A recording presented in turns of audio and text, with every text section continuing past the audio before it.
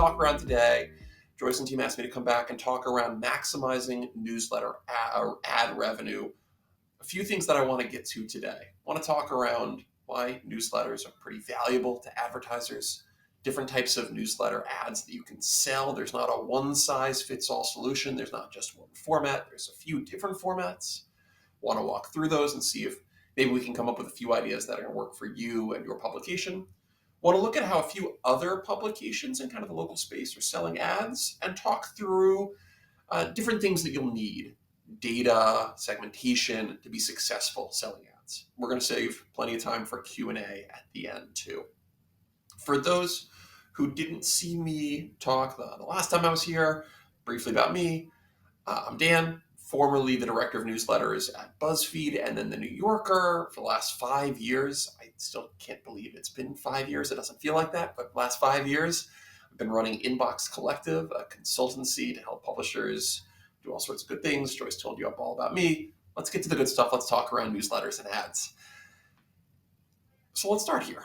Why are newsletters so valuable to advertisers? Because it is amazing to me. It's 2024 and newsletters are still really important to publishers. They're important because they drive all sorts of revenue, subscription revenue, membership revenue, event revenue, ad revenue. They drive people back to your stories and content. They build relationships.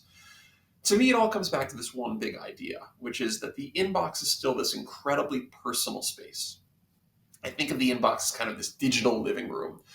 Your subscribers let you in alongside family and friends and colleagues and publications like yours. And it's really exciting when you look through your inbox. Go later, look at the emails in your inbox, and you'll see, there's an email from a coworker, there's an email from a family member, there's our brand, kind of all alongside each other in this space. Readers have the opportunity to say, these are the people that I want into my space. These are the people that I'm going to let in. These are also the people that I can kick out. But because it's so personal, if you get let into that space, you have really amazing opportunities to build relationships, to deliver great content, and to go beyond a relationship that exists pretty much anywhere else in the digital space. In general, what you'll find with newsletter readers, the average newsletter reader is typically spending more time on site reading content. They read more articles, they spend more time on site, they share more stuff than the average person. They're also far more likely to become a paying supporter, member, donor, or customer. What I see with just about every org that I work with is email is the number one way that people convert casual readers into some sort of paying supporter or customer for something like an event. So they're unusually valuable. If people let you in, you build relationships with them, they get to know you, they like your stuff, they spend time with you, and then hopefully they choose to pay. What advertisers really like about them is, compared to a lot of the ad platforms out there, there's a lot of data that they get access to, and it's really easy to get access to. An advertiser can see when they advertise in your newsletter, well, what happened? Did people open and click? How many clicks did they get? What kind of conversions or traffic did they get from the ad that they were running? They can usually have a pretty good sense of results. I had a fun conversation. A new reader wrote to me yesterday. I was sharing a brand new reader. I invite everyone who signs up for my newsletter to write back to me, tell me what they're working on, what they're struggling with. And he was telling me about, he has a newsletter all around film and Hollywood. He was telling me about this ad campaign they were running with the university. They were trying to get people into this grad school program that had very little success. They reached out to this newsletter. They came up with an original campaign. And this university, which had had very few applications for this grad program, saw literally dozens of applications as a result of this one ad that ran in a couple of different newsletters. And with the cost of that grad program, which was tens of thousands of dollars a year, they were able to go and calculate and say, hey, you were able to 100x your investment in us. You spent a little bit of money with us to advertise, and you got a ton of return out of a return on the other side, which is really exciting. I see this with a lot of the brands that I work with. You're getting in front of the right people, the right audience, and we can actually see what's happening. The other thing that's really fun with email is that when they're working with a local publisher like you can really help them drill down and target a specific type of person. So often if you're working with a local business or brand. Maybe they're doing some of this targeting on a place like Google or Facebook or Instagram or TikTok, but often they have to work with an outside agency to do so. They have to outsource that work. It gets expensive, and they go, look, this is a pretty big expense for us. We're trying to keep things tight. We don't want to spend too much money, but we still want to reach the right people. Well, hi, I'm a local publisher, and I might have those specific people. I have different sorts of newsletter lists that we can reach few folks on. Hey, this is a newsletter geared around local news, around politics, around food and cooking, around going out and doing stuff in the community, arts and culture, film, whatever it is, different sorts of newsletters and different audiences. We can help you advertise in the right newsletters to reach your specific audience. We can help you with figuring out the right segments of people. Hey, do you want to target these readers on this list who live in this area or who meet certain criteria? Great. We can help you with that. We might also be able to go beyond just newsletter. Hey, as a publisher, we have a site audience, we have social that we can reach you on. We have different ways that we can get you in front of the right people. We also might be able to, and I'll explain a little bit later, use progressive profiling to start to collect a little bit of data around folks. How much do they earn? Where do they live? Do they have a college degree? What are they interested in? We can collect some of that data to help the advertiser go, okay, I feel really confident I'm reaching the exact person that I want to reach. We also may be able to offer something pretty unique in terms of dedicated sends to specific lists. If you want to reach this type of person, we can advertise within a newsletter, or we could let you pay to advertise and reach them directly. We'll talk about that too in a few minutes. When I think about targeting, I think about a few things. One is you can think about how to align the right newsletter with the right brand. So looking at, I'm based in the States, looking at some regional publications in the US, St. Louis Magazine in St. Louis, Missouri, our state, which is in North Carolina, both of them, interestingly, have travel newsletters. And so they can go and find brands that go, hey, we're trying to get in front of people who live in this area, who want to spend money to go on vacation, maybe somewhere in the region, or they want to go out and do more stuff in the area. Great. We have the right newsletter for you. So you're not reaching our entire audience. You're not reaching people on our food list or our, local events list. You're just reaching people on our travel list. Let's help you get in front of the right type of person. We also may be able to do some segmentation. If we know something about these people, for instance, I love this example on the left from the Philadelphia Inquirer. Philadelphia Inquirer, huge audience. They have a really loyal sports audience. Within that sports audience, they have their Philadelphia Eagles audience for people who are big fans of that city's NFL team. And so they can say, if we're trying to target someone, in this case, this is an email to subscription message, but it could easily be a targeted message for an advertiser. Hey, if you're trying to reach that specific person, that person who is an Eagles fan, who's loyal, who reads a lot, who engages, we can get you right in front of them. The same thing is often true, I see most common for a lot of B2B sorts of organizations. On the right is a brand called Workweek. I'll share an example of theirs in a second too, where they can say, hey, we have this big newsletter, but we have this new event that we're doing, and we're trying to get people into just that event. So we're going to find the right people who meet certain criteria based on data that we have or location data to help us reach that targeted person. You might be able to target people on multiple platforms. I love how Chase did this, JP Morgan Chase did this with the infatuation, where they could say, look, we have this big audience on social, we have this big audience on newsletter, we have site, maybe you have a podcast, multiple products, and you can spread your spend out across these different audiences, but underneath that, still at that level of segmentation or targeting. And then there's the idea of, capturing some additional data to make sure we're reaching the right types of people. I love when brands will ask for a little bit more. Maybe it's on that initial sign-up form. This is Politico in the US covering politics news. They want your name. They want the industry you work in. They want to know a little bit about where you work. So they might be able to do some more specific targeting. Maybe an advertiser says, look, we're really looking to target people who work in Washington, D.C., and they work on Capitol Hill. Great. We can tell you who those folks are. Maybe we're looking to target someone who works for, let's say, the aerospace industry. Well, they've told us at the point of sign up where they work, so we can target them and say, hey, they're on this list, they're pretty engaged, and they work here. For an advertiser, that might be a win. You could ask for someone to share this data after sign up. This is a Workweek example. This is their media newsletter. Afterwards, a little bit more. Hey, if you work in media, people on this call, well, is it B2C media, B2B media? What's your role within an organization? Where do you work? Where are you based out of? So that way, if they say, we're trying to do a partnership with a specific sponsor, and they say, we want to reach people who are executives working in B2B media who work in Canada. Okay, well, we have those people because they've given us their information during the sign up process. We actually know a lot about them, and we can help you reach the exact person you're trying to reach. You might be able to collect this data in other ways too. This is a team that I work with, the Anchorage Daily News. Something that's really cool about what they're doing as part of their big strategy is they have a series of events that they run in Alaska. They have a craft and brew festival.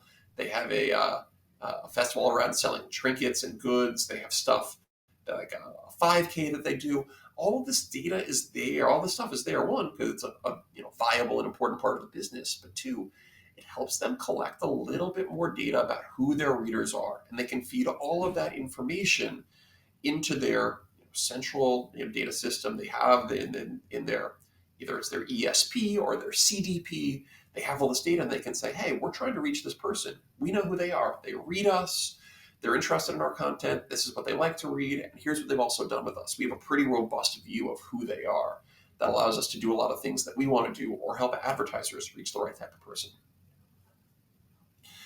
So there's a lot of opportunities here with ads, which is fun. We can collect data, we can do segmentation, we can target in really specific ways. The one thing that I want to say before we get into the examples is the but.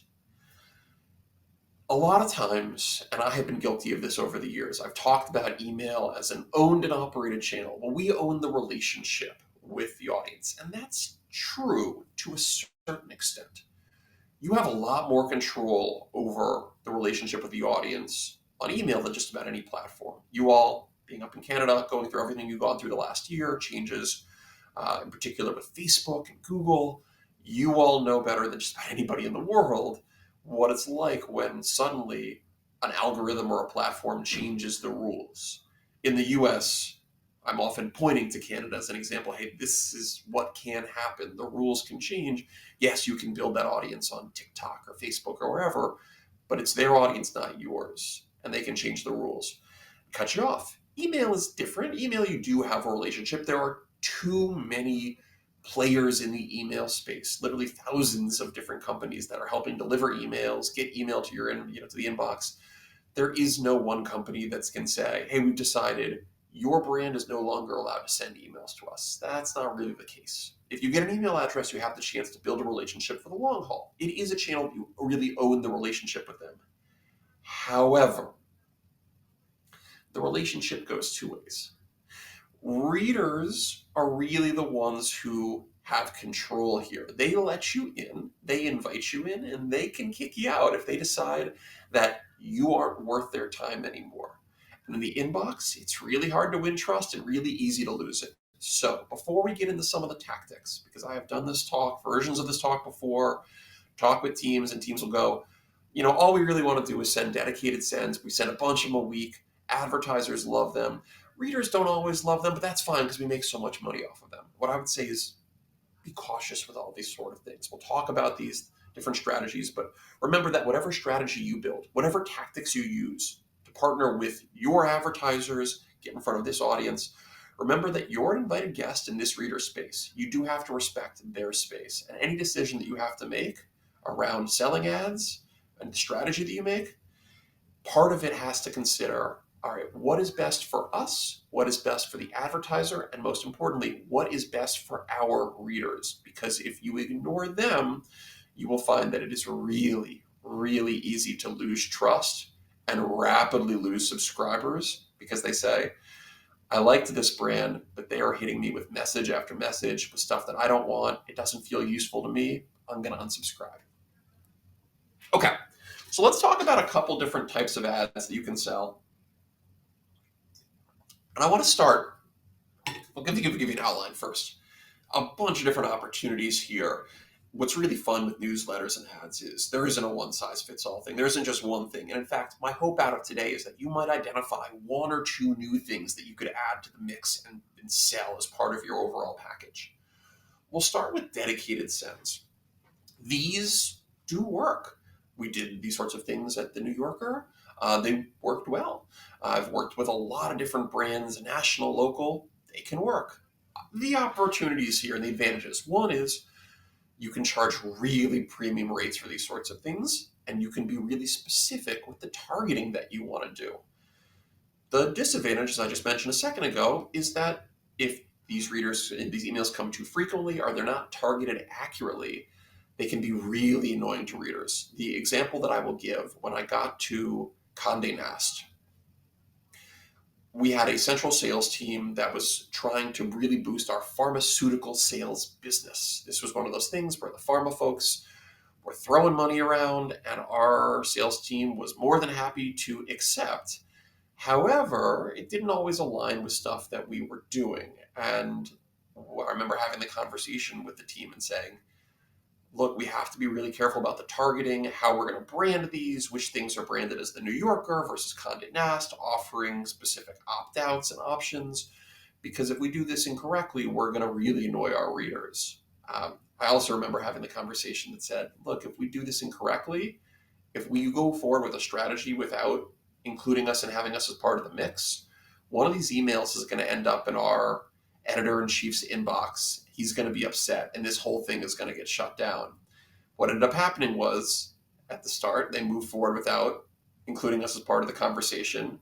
One of these emails, in this case, it was an email for some pharmaceutical drugs, ended up on our editor-in-chief's inbox, and he had some real questions, and we ended up making a whole bunch of changes to the strategy as a result. Be careful with these. High upside, but high risk. A couple things to mention. One is make sure you clearly label these emails. This example from the Daily Memphian down in Tennessee is a good one. They use a specific sent from name. This is not the most exciting sent from name in the world, Daily Memphian advertising partners, but it's as clear as day what you're getting. They use a different email address. You can see at the top of the email, this message is brought to you by the Daily Memphian. And then at the bottom of the email, maybe most important of all, if you want to opt out of these third-party messages, you can. If you don't want these emails, you can unsubscribe without unsubscribing from everything that we have. There are readers who are going to go, I don't want this sort of thing. Don't send this sort of thing to me. And yeah, I get that. It's well within their right to say, look, this is my inbox. Don't send me this stuff. I only wanted the content that I signed up for or the content that I expected. Give them an opt-out option. Risk is something you also may want to measure. This is not a metric you're going to see in your inbox on your email service provider. They're not going to list risk. This is actually something that a reader of mine came up with a few years ago. They reached out to me and they had this idea. I love it, and I've shared it with a number of teams and presentations like these before.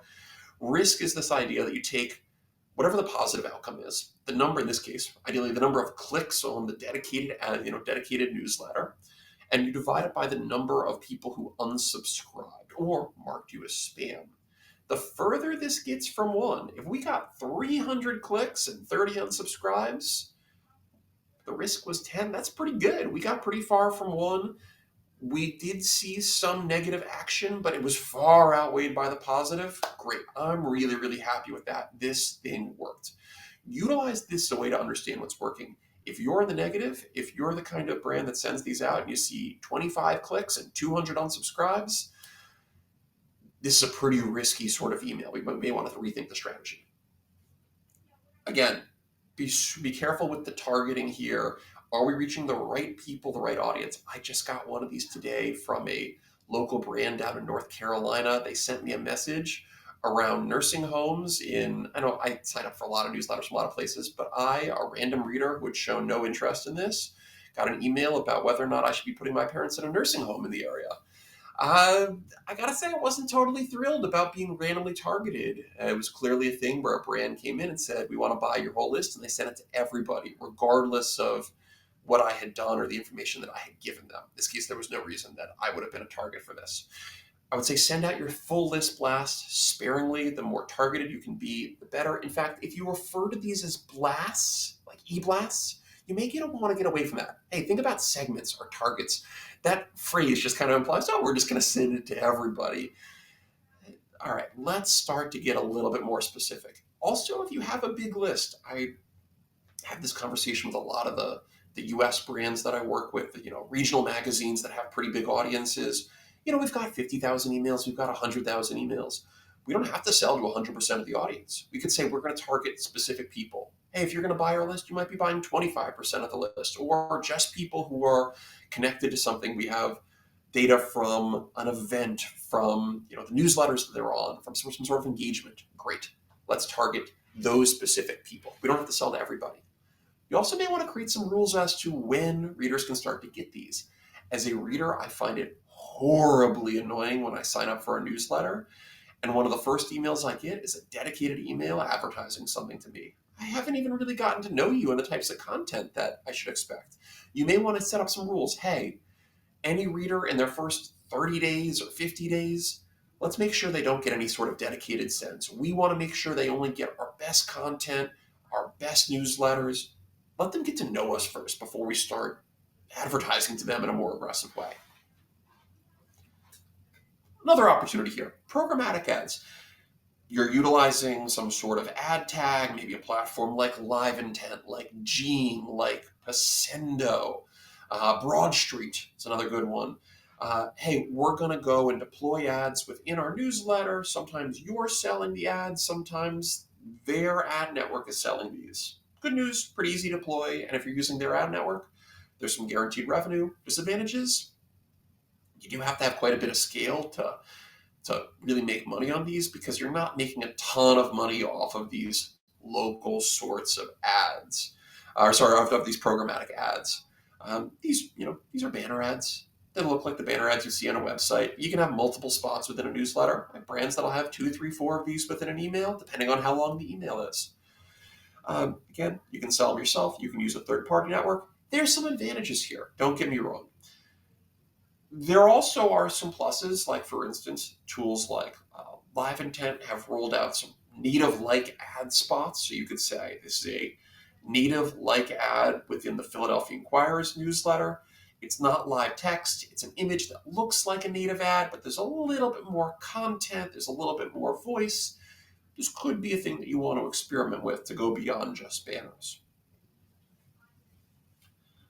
In terms of native ads, so pretty good transition here, we should think a little about these because there are opportunities. I really like these. A lot of the biggest newsletter first brands, if you look at stuff, whether it's something in the US like a Morning Brew, something in Canada like The Peak, that business newsletter, 1440, The Skim, a lot of these, The Gist is a great example that covers sports. A lot of them are using these sorts of ads, and they work really well. You're usually seeing with these sorts of native treatments 2 things. One is usually there's some sort of title sponsorship at the start. Hey, this newsletter is brought to you by this sponsor. And then an additional block of ad copy in the middle. And usually that copy mimics your voice to a certain extent. These do often really pair nicely with the sponsored content that you might see on site. A great example on the left from Vancouver is awesome. Out in Vancouver, they're doing sponsored content on their website. Let's incorporate that into our newsletter. Or this was a really fun one from Madison Minutes up in Madison, Wisconsin. Big sponsored content partnership with a local bank around all sorts of different things, how to create a budget, how to save money, how to set up a savings account for the first time, and incorporated that into different sections of their newsletter on a regular basis to really expand the partnership. What's nice is you have these sorts of ads within a newsletter. Hey, we might have sponsored content, and there might be ways for us to upsell a brand and get a little bit more value if we have this incorporated into the newsletter. You can think about how to incorporate these kind of title sponsorships in the newsletter in fun ways. This is the news ad at the top. This was a partnership they did with a mattress brand. They added something to their logo. Super cool. I work with this team down at the bottom, Atlanta Rough Draft, ROUGH Draft. But whenever they partner with any pet brands, they become Rough Draft. It does really well. The only issue is that we haven't figured out, besides craft breweries where the draft thing comes into play, we haven't figured out other brands that have a pun that we could work with in their name. But it's not bad. Pet brands, breweries, it's 2 pretty good puns for a 2-name brand. These sort of ads work really well. And when readers are spending time in the inbox, we're not just sending people out. There's maybe more original content or writing within the newsletter. And the more you can incorporate your voice into these, the better. I will say, make sure that you're labeling these super carefully. If it's sponsored content, if it's a native ad, want to make sure people can see exactly what it is and know, all right, this is what I'm getting, and this is brought to you by the sponsor. We don't want people to feel like they're looking at editorial content. We do want it to stand out. In terms of pricing, I'm seeing publishers sell these anywhere from, and all the numbers in here, by the way, I transposed into Canadian dollars, $25 to $70 Canadian for every 1,000 readers who open the email. A lot of these sorts of ad formats are based on opens. How many readers open the email, divide that number by 1,000, multiply it by your CPM. One small one here, performance-based ads. I do see some of these have success where a brand might say, we're some sort of professional service, lawyer, plumber, bank. We're trying to get people to do something with us, buy something from us. And we will pay you if you can drive leads. Maybe there's some sort of base fee that we're paying. And for every single sale that you make, we're going to get something in return. There could be ads like that. A small thing that might be an opportunity, sponsored sections. I love this from Village Media. This is in Sault Ste. Marie. Today's weather brought to you by local law firm. These advertisers, it's not about clicks. It's just about visibility. It's a branding play. And it could be sponsorship of a specific section, sold monthly, quarterly, on an annual basis, some sort of flat fee that you come up with. There's certainly opportunities there as well. Hey, we have, for instance, event listings within our newsletter. Every week, every Thursday, we highlight stuff to do in town or concerts. That's going to be brought to you by a certain brand that's trying to get people to go out and do something. Fantastic. There's lots of opportunities around secondary sponsorships too. Job boards, classifieds, event listings. These are the types of things that publishers historically have always done really well. And I am surprised that I'm not seeing more brands lean into these. I think the best version of this is, if you want to look at what's happening down in Charlotte, North Carolina, Axios Charlotte does an amazing job with their job boards and event listings. They are charging pretty high rates. And they can say, look, we got 7 job listings here in this newsletter. People paid $150 US per listing. They're on the job board. They're in the newsletter. It's a really interesting thing. What's really fun with these kind of classifieds is that for brands that have a little bit of budget, but not a lot, they might represent a good starting point. These are usually sold at a much lower rate. This is Dense Discovery, one of my favorite newsletters. This is just a straight up classified section. Smaller, lower price. It's just a little bit of text, but these are things that they can sell on a self-serve kind of basis. They set up a tool. There's ones out there like Letterhead or Passion Fruit that you can use to sell these sorts of tools or sell these sorts of ads. Maybe it's something through a form on your website to pay and buy classified. Great. In general, the rule that I'd say for these, I gave you a number, $100 to $200 per ad. Look at what you're charging for a native ad. It's usually something like a quarter or a fifth of the price. So depending on what you're charging for a native ad in the newsletter, go down a little bit.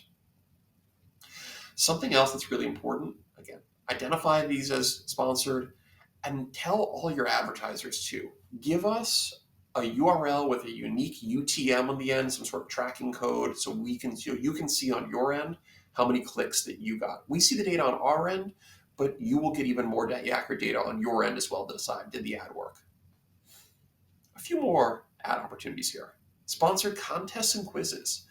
The team at Second Street has a great library of these that I really recommend. These are often email adjacent kind of campaigns. Ones where you say, St. Louis, the Incredible Kids Contest, this is going to run over the course of the year. We're going to promote it. We're going to use newsletters to promote the contest, to get people to submit. We're going to use the forum to drive people back to newsletters. Really, really fun. I love when teams as part of these, hey, you're submitting to a contest. There's like a checkbox on that form. Hey, do you want to sign up for our newsletter too? Awesome. That Incredible Kids one on the left was really fun because it was a partnership with a local children's hospital. So not only did they get a sponsorship of it, but on the form where people were submitting, here's my kid, and here's why they're so great, and they should be the Incredible Kid of the Month, there was a little checkbox that said, hey, do you have a pediatrician? If not, check the box. We'll be in touch. And they were able to go and share that information. People opted in. They had to check the box.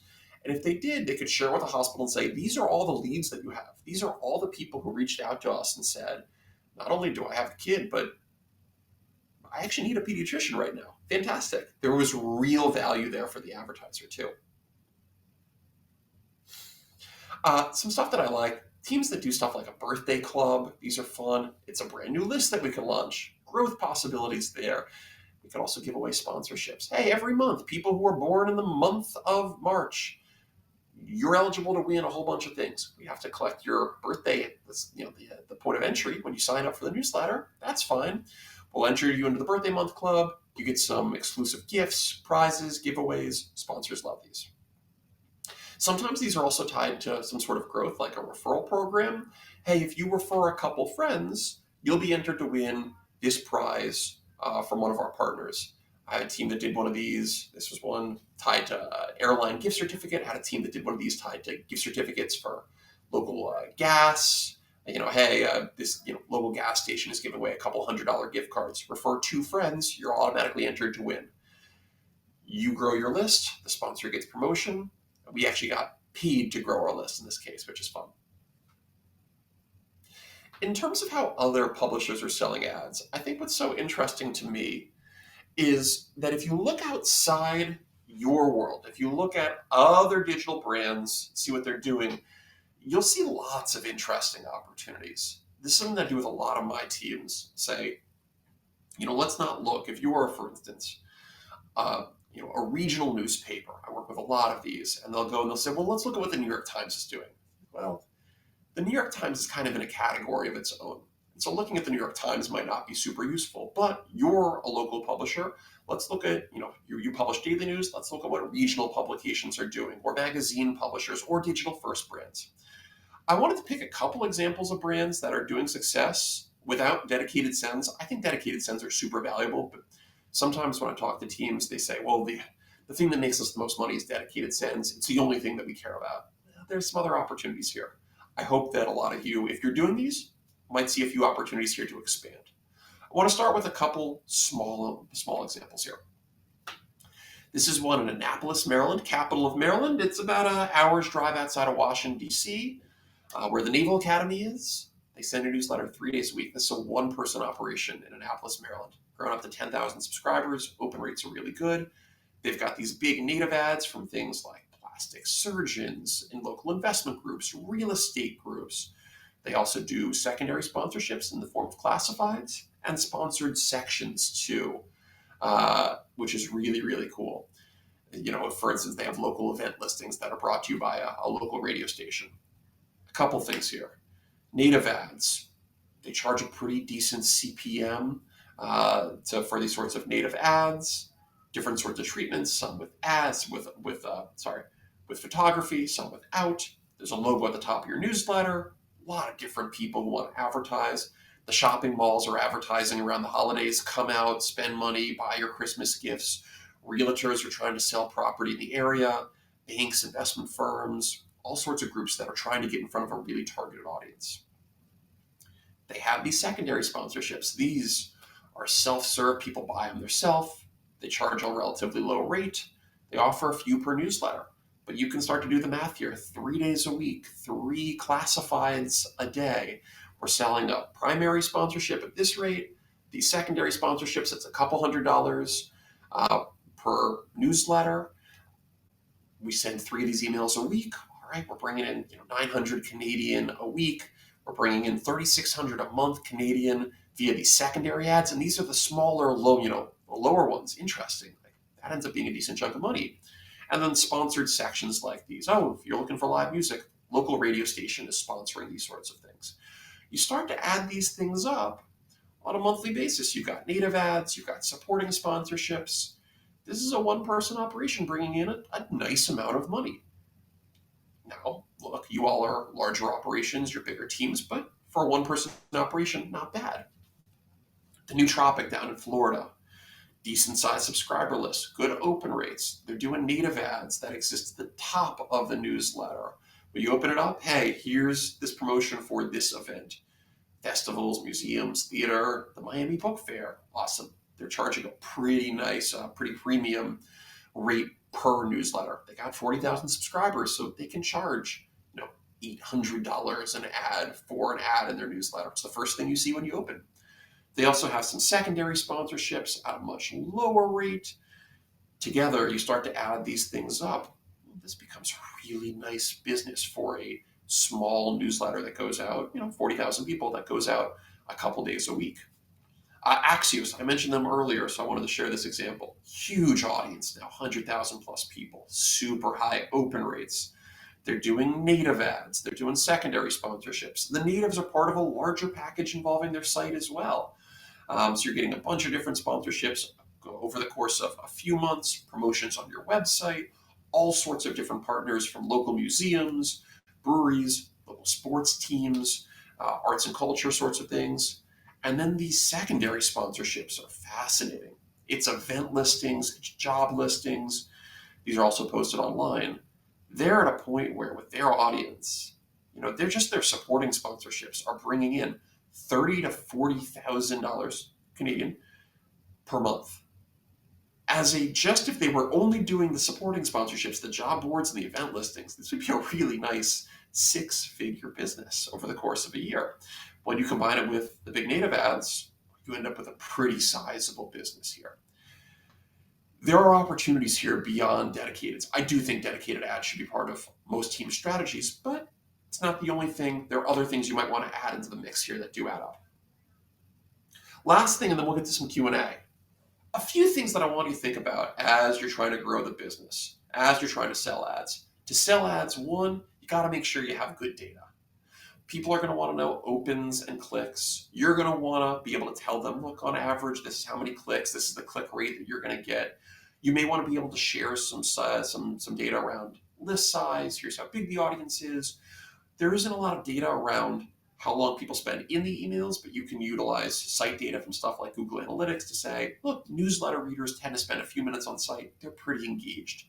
You also may want to keep tabs on, I mentioned it earlier, risk, for stuff like dedicated sends.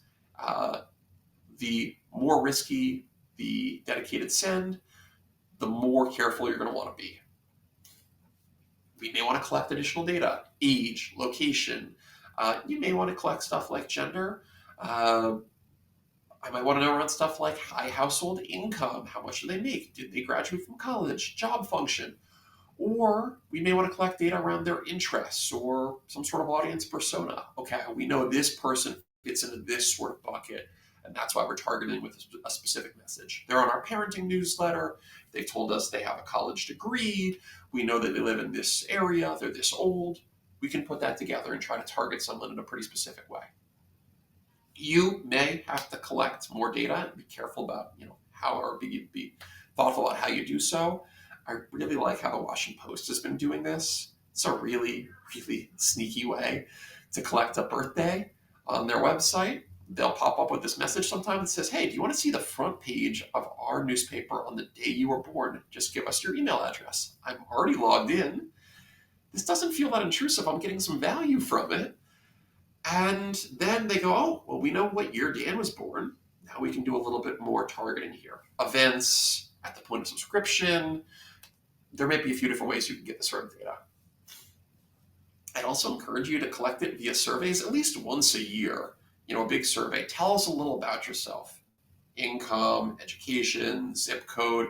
So you're keeping your media kits up to date. And also we can pass some of this data ideally into your email service provider, into your central data platform. So that way you can say, all right, these are our people who match certain criteria. One other thing that I like to do, this is a great example from 6 a.m. City based here in the US. They'll ask their audience about the relevance of ads every once in a while. Are you seeing brands that you like?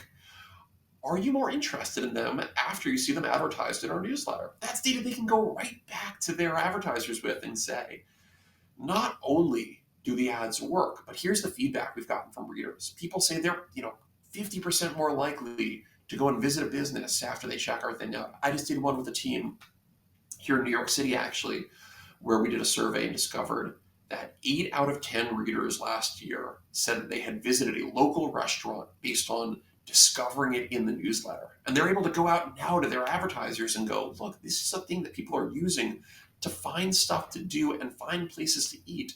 We're a really good fit for your business. You could advertise on Google, you could advertise on ads on Yelp, you could do all sorts of things, but we have your audience here. They're local, they're loyal, work with us. I would also encourage you to be transparent with your advertisers. I mentioned some of these data points, and something that a lot of newsletter operators and businesses are not aware of is what's kind of happening behind the scenes. So I want to just enlighten you all just for a sec to what I'm seeing. In the last couple of years, there's been a huge growth in phishing attacks, all sorts of ransomware attacks, people trying to steal your information online. And these security tools that are out there, they're often used by people, anyone who has an IT department, a university, local government, a business, a large size business. Hey, we want to make sure that we're keeping our data safe and secure. They're going to utilize a security tool from a company like Proofpoint or Barracuda. There's a bunch of these out there that are going to check and make sure there's nothing fishy or suspicious in your emails.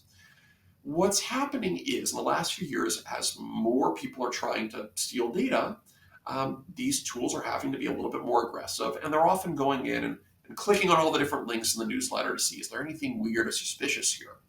What it means is that your open rates and your click rates are a little bit higher than you expect. There was a report from a company called Omeda last year that found that for some B2B senders, up to 60% of clicks that were happening in the inbox were actually coming from these security tools. I've also talked with other ESPs and found it's often as low as 3 to 5%. It's not always that high, but you should be honest with your advertisers. You may find that one day you link to their product and the click rate is way above average, and they might go, this is amazing, look at all these clicks. And you might have to go, we're not totally sure that these are all real. Some of these, we can look at our email service provider and see like this person clicked within 1 minute of this email being sent, and they clicked 300 times. That seems off.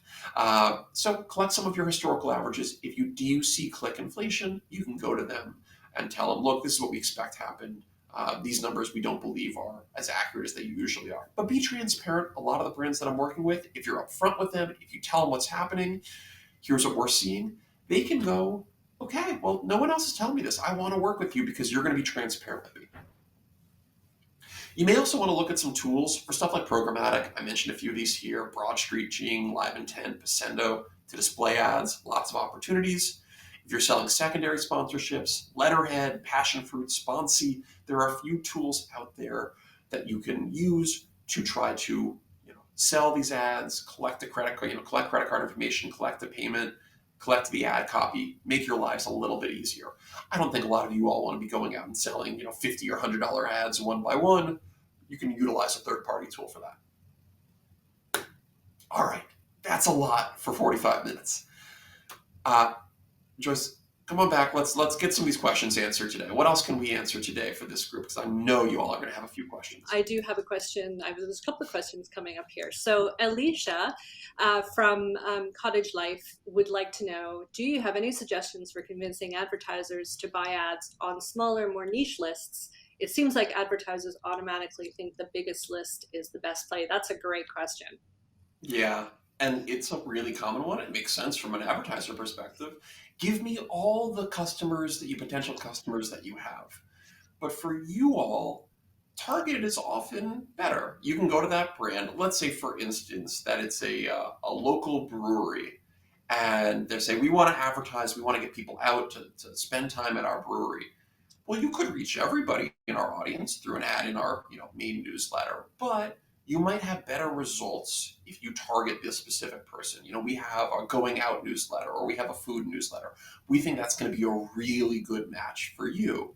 I'd also say as a publisher, start them with the things that are small, where you think you're going to really see a return on their investment, and they go, this was great, this worked really well. How do we come back and do more of these sorts of things?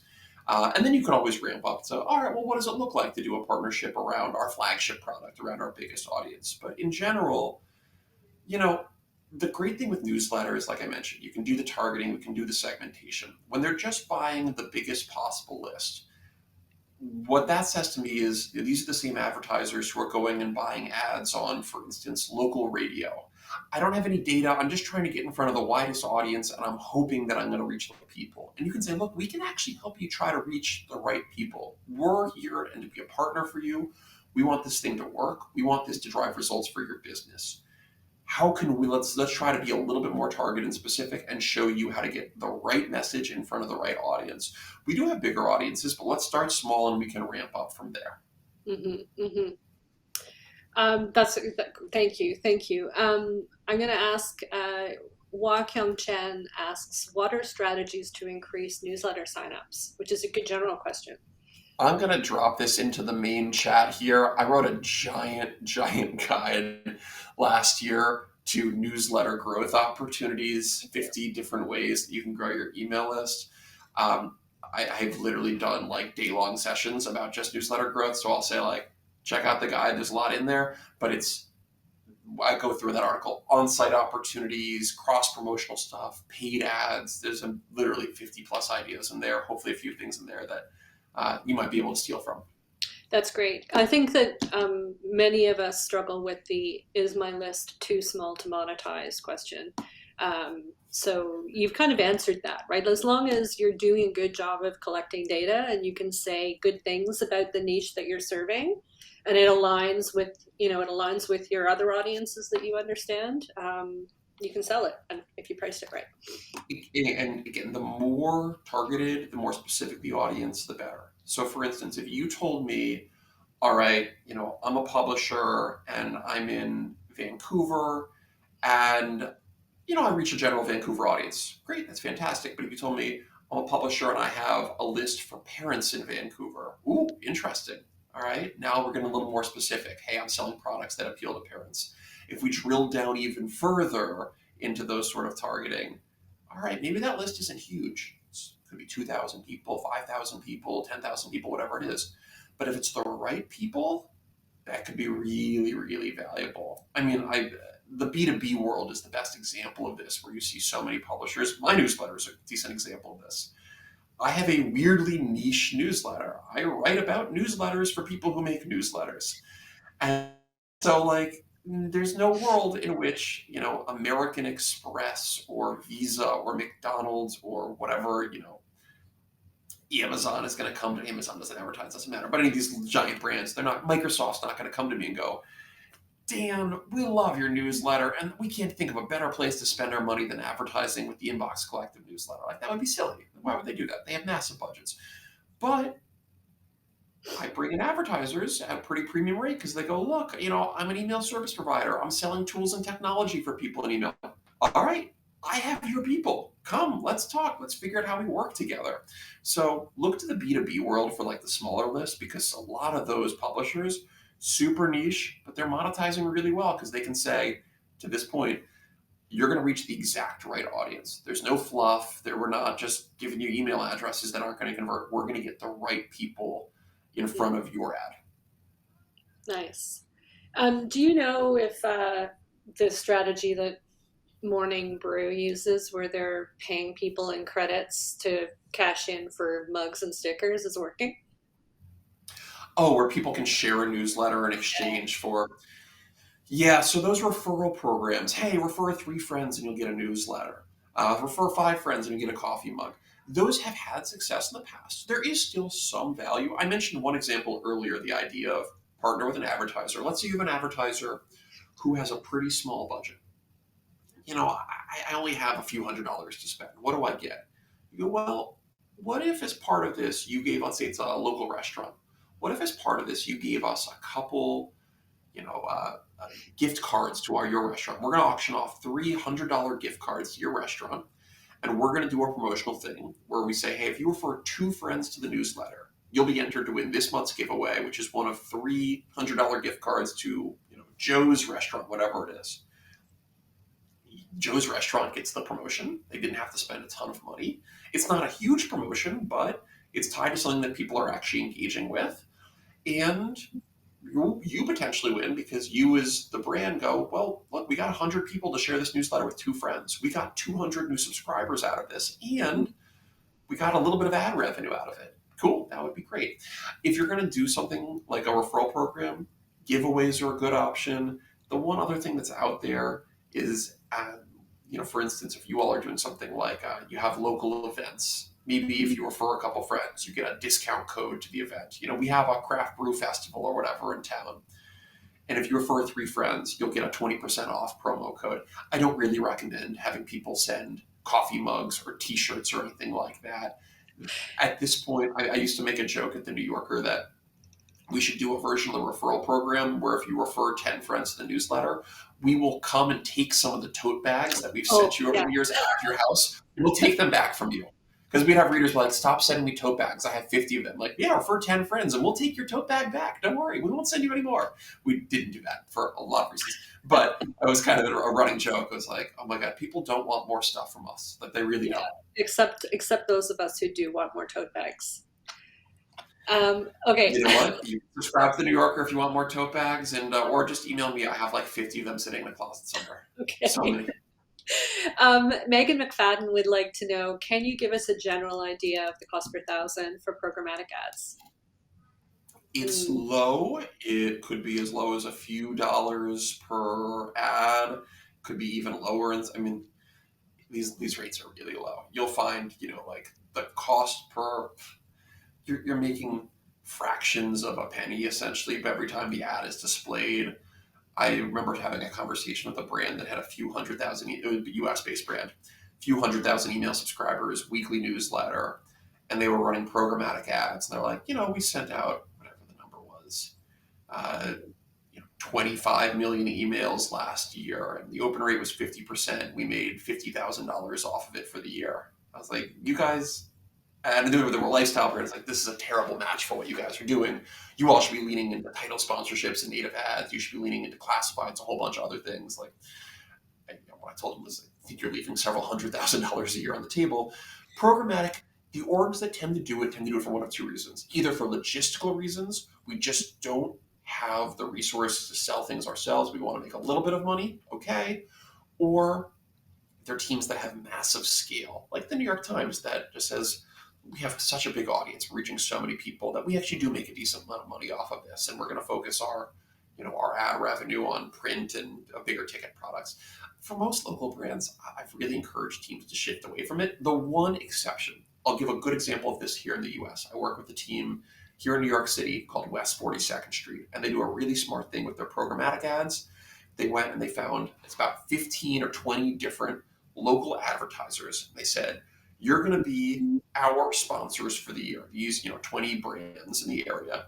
We're going to charge a set rate, a couple $1,000s, and you're going to get ads in our newsletter. You're going to get ads on our website. And so basically, they just sold a whole bunch of sponsorships. They say you're going to have ads running through all of our different products all the time, but it's going to be a super limited number of these and on a rate that you can afford. So instead of,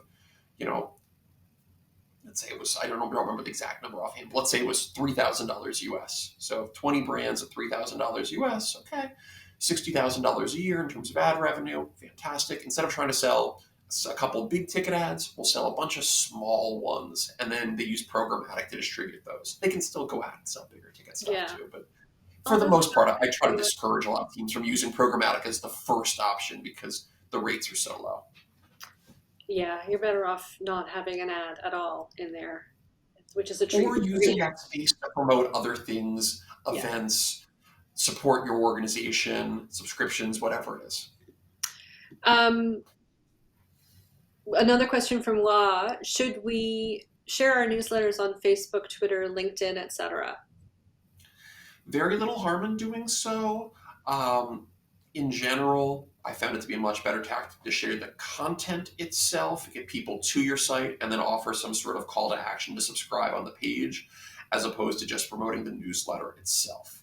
But there's no harm in doing so. I will also mention that every single week, it feels like sharing on these social media platforms gets less and less useful. You all are certainly living through this with the Facebook stuff.